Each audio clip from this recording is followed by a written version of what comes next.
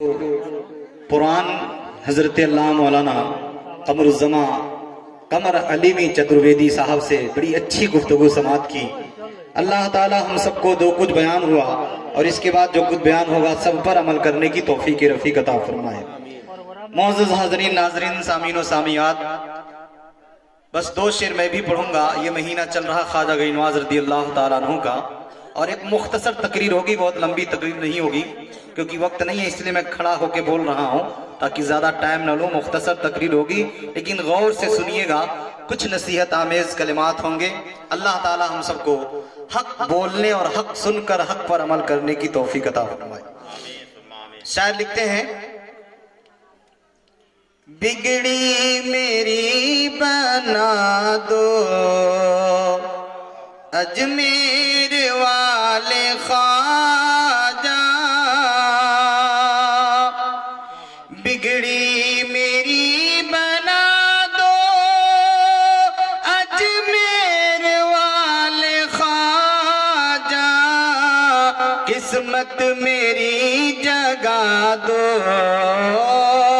قسمت میری جگا دو اجمیر والے خواجہ، قسمت میری جگا دو اجمیر والے خواجہ،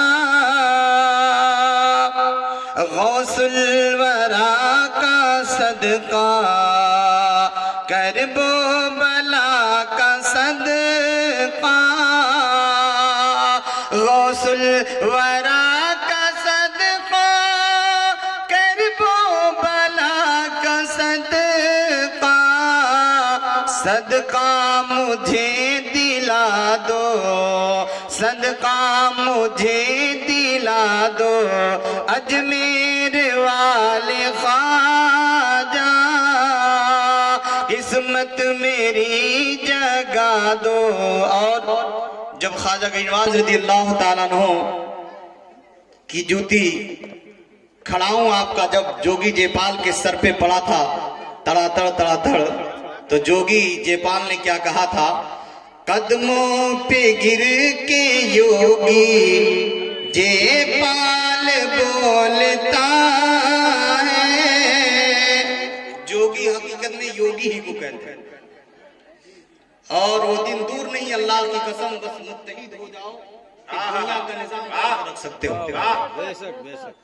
آج ہم منتشر ہیں، اس لیے کوئی بھی ناجائز اولاد آ کر کے ہمیں اور آپ کو انگلیاں دکھاتا ہے، کوئی بھی آ کر کے ہمیں کچھ کہہ دیتا ہے، اس لیے کہ ہم متحد نہیں ہیں، آپس میں اتفاق نہیں ہے، آپس میں محبت نہیں، آپس میں پیار نہیں، ایک دوسرے کے جان مال اولاد کے دشمن بنے ہوئے ہیں، تو کوئی بھی ہمیں اور آپ کو آ کر ٹچ کر دیتا ہے، جو جی چاہتا کر دیتا ہے۔ میں ہمیشہ پیغام دیتا ہوں کہ ایسے نہ رہو، ایسے نہ رہو، اگر رہنا ہے تو ایسے رہو، اللہ کی قسم ایسے رہو گے تو کوئی توڑ دے گا، اور ایسے رہو گے تو جسے چاہو گے اسے ٹھوک دو۔ ایسے رہنے کی کبھی کوشش مت کیجیے گا، ایسے رہنے کی کوشش کریں، اشارہ سمجھیے گا۔ تو شاعر لکھتے ہیں، قدموں پہ گر کے یوگی جے پال بولتا ہے، قدموں پہ گر کے یوگی جے پال بولتا ہے، کلمہ مجھے پڑھا دو، کلمہ مجھے پڑھا دو اجمیر والے خواجہ، کلمہ مجھے پڑھا دو۔ درود پاک پڑھنا، اللہم صلی وسلم علی سیدنا شفیعنا حبیبنا مولانا محمد باری صلی صلاۃ و سلام علیک یا رسول اللہ صلی اللہ علیہ وسلم۔ آج یہ محفل میلاد پاک بچے کے ختنہ کے موقع پر رکھا گیا ہے، اللہ تعالیٰ اس بچے کو تمام آفت و بلیات سے محفوظ و مامون فرمائے۔ میں نے چوتھے پارے کی ایک آیت کریمہ کا ایک ٹکڑا تلاوت کرنے کا شرف حاصل کیا۔ اللہ رب العزت ارشاد فرماتا ہے، وَاعْتَصِمُوا بِحَبْلِ اللَّهِ جَمِيعًا وَلَا تَفَرَّقُوا، اے لوگو، اے ایمان والو، اس سے پہلے آیت ہے یا ایھا الذین آمنوا اتقوا اللہ حق تقاتہ ولا تموتن الا وانتم مسلمون واعتصموا بحبل اللہ جميعا ولا تفرقوا۔ اے ایمان والو اللہ کی رسی کو مضبوطی سے تھام لو، آپس میں انتشار، آپس میں اختلاف نہ پیدا کرو۔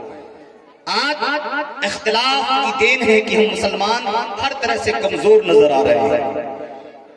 حافظ ملت علیہ رضوان نے کسی زمانے میں کہا تھا کہ اتحاد زندگی ہے، اختلاف موت ہے۔ آج ہر کس و ناکس کو دیکھیے اس کے اندر کیا کیفیت ہے، کس اعتبار سے وہ اپنی زندگی گزار رہا ہے۔ ایک گاؤں میں ایک بزرگ تشریف لے جا رہے تھے، اچانک نماز کا اور اذان کا وقت ہو گیا۔ مؤذن صاحب نے حی علی الصلاح حی علی الفلاح کی صدا جب بلند کی ہے، وہ بزرگ جا رہے تھے، رک گئے کہ چلا اذان ہو گئی تو مسجد میں نماز پڑھ لیں، اس کے بعد اپنا سفر جاری رکھیں گے۔ مسجد میں گئے، اذان ہو چکی ہے، کچھ دیر ہو گیا، ابھی تک کوئی نمازی نظر نہیں آئے، مؤذن صاحب اکیلے اور وہ بزرگ۔ تب تک کچھ دیر کے بعد امام صاحب بھی نظر آ گئے۔ اب وہ بزرگ نے کہا کہ بھائی کیا بات ہے، بس آپ دو ہی لوگ نظر آ رہے، امام اور مؤذن، باقی گاؤں میں کیا مسلمان نہیں ہیں؟ تو مؤذن صاحب نے کہا نہیں حضور، مسلمان تو بہت ہیں لیکن نماز کے لیے کسی کو فرصت نہیں ملتی۔ تو اس بزرگ نے کہا ایک کام کرو مؤذن صاحب، ایک بار اور اذان دو۔ کہا بزرگ نے ایک بار اور اذان دیجیے۔ وہ بزرگ گئے اور پھر ایک بار اذان دینا، مؤذن صاحب اذان دینا شروع کیے۔ جیسے اذان دینا شروع کی، ابھی اذان مکمل نہیں ہوئی تھی کہ دروازے پہ بھیڑ لگ گئی، دروازے پہ بھیڑ لگ گئی۔ جو دیکھو وہی بول رہا، ارے مؤذن صاحب دوبارہ اذان کیوں دے دیے؟ کیا تمہیں یہ بھی سمجھ نہیں؟ کیا یہ بھی تمیز نہیں؟ کیا یہ بھی تمہیں سمجھ میں نہیں آئے؟ آپ دوبارہ اذان کیوں دیے؟ اب جس کو دیکھو وہی اپنے اپنے اعتبار سے بولتا جا رہا۔ اب بزرگ کو جلال آ گیا، کہا نادان مسلمانوں غور کرو، جگانے کے لیے تمہارے پاس ٹائم ہے لیکن اللہ کی عبادت کے لیے تمہارے پاس ٹائم، رب کی بندگی کے لیے ٹائم نہیں ہے، اختلاف کے لیے ٹائم ہے، لڑائی کے لیے ٹائم ہے، جھگڑا کے لیے ٹائم ہے، خرافات کے لیے ٹائم ہے، مار پیٹ کے لیے ٹائم ہے، لیکن رب کی بندگی کے لیے مسلمان کے پاس ٹائم ہے۔ آج مسلمان کہہ رہا ہے کہ حکومت کا ویوہار ہمارے ساتھ اچھا نہیں ہے، حکومت ہمارے ساتھ اچھا نہیں کر رہی ہے۔ میں پوچھنا چاہتا ہوں اے غیور مسلمانوں، کیا حکومت نے تمہیں آ کر روکا تھا کہ تم رب کی بارگاہ میں سجدہ سجود نہ ہو، رب کی بارگاہ میں پیشانی نہ جھکاؤ، اپنے گھر میں قرآن کی تلاوت نہ کرو؟ کیا حکومت نے تم سے کہا تھا کہ اپنے گھر پہ گانا تو بجانا لیکن قرآن مت پڑھنا؟ کیا حکومت کے کسی کارندے نے تم سے کہا تھا کہ 3 گھنٹہ بیٹھ کر کے فلم دیکھنا اور نماز کی پابندی نہ کرنا؟ نہیں، کسی حکومت کے ماں نے دودھ نہیں پلایا ہے کہ تمہیں نماز سے روک دے، تمہیں قرآن کی تلاوت سے روک دے۔ یہ آپ کے اندر جو شیطان بھر گیا ہے، کسی حکومت کو دوش نہ دو، اپنے گندے کردار کو دو، اپنے گندے کردار کو دوستو۔ آج مسلمان اگر جگہ جگہ مارا جا رہا ہے تو اپنے گندے کرتوتوں کی وجہ سے مارا جا رہا ہے، اپنی بربادی کا راستہ خود تیار کر رہا ہے، اپنی تباہی کا گڈھا مسلمان خود کھود رہا ہے۔ اگر ایک مسلمان آگے بڑھ رہا ہے تو دوسرا اس کو کھینچنے کی کوشش کر رہا ہے۔ آج سے کچھ زمانے پہلے آپ لوگوں نے سنا بھی ہوگا، دیکھا بھی ہوگا، جب قاری شکیل صاحب نظامی نے پڑھونا کی سرزمین پہ ایک قدم کو آگے بڑھایا تو علماء گروپ بھی ان کا ساتھ دینے کے لیے تیار تھے، علماء بھی ان سے نفرت کرنے لگے۔ یہ کر کیا رہے ہیں؟ یہ کر کیا رہے ہیں؟ اجی کب تک خاموش بیٹھے رہیں گے؟ کب تک ہم ہاتھ پہ ہاتھ دھرے رہیں گے؟ کب تک ایک دوسرے کے جان مال اولاد کے دشمن بنے رہیں گے؟ اجی قرآن میں تو رب کہہ رہا ہے متحد ہو کے رہو، ایک ہو کر کے رہو، اور علامہ اقبال نے اسی آیت کی ترجمانی کرتے ہوئے کہہ دیا تھا متحد ہو کے رہو گے تو بدل دو گے نظام دنیا، منتشر ہو تو مرو شور مچاتے کیوں؟ منتشر ہو تو مرو شور مچاتے کیوں ہو؟ آج ہم اپنے بھائیوں سے نفرت کرتے ہیں، اپنے برادری سے نفرت کرتے ہیں، اپنی ماں سے نفرت کر رہے ہیں، اپنے باپ سے نفرت کر رہے ہیں، اپنی ماں سے نفرت، اپنے بھائی سے نفرت، اپنے پڑوسی سے نفرت، اپنے اگل بغل کے لوگوں سے نفرت۔ کیا اسلام یہ پیغام دے رہا ہے کہ پڑوسی سے نفرت کرو؟ کیا اسلام یہ پیغام دیتا ہے کہ اپنے بھائی سے نفرت کرو؟ نہیں، ابھی اسلام میں تو پڑوسی کے حقوق کو اتنا زیادہ بتایا گیا، آقا فرماتے کہ مجھے ڈر ہو گیا کہیں پڑوسی کو حصہ دار نہ بنا دیا۔ کہیں پڑوسیوں کو حصہ دار نہ بنا دیا جائے۔